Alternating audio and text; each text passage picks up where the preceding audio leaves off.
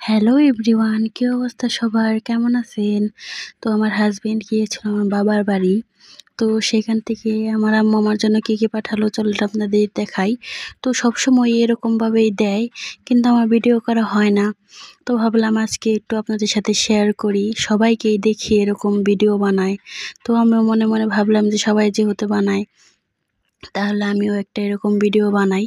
তো প্রথমে দেখলাম কলা দিয়েছে, তারপরে দেখলাম আম, এই যে আমার জন্য আঙ্গুরও দিয়েছে, মালটা দিয়েছে, তারপরে হচ্ছে ড্রাগন ফল 2টা, আর হচ্ছে পেয়ারা অল্প পরিমাণে দিয়েছে, কারণ শুধু আমি আর আমার হাজবেন্ড খাবো, এতগুলা তো খাইতে পারবো না, তার জন্য সবই অল্প অল্প করে দিয়েছে।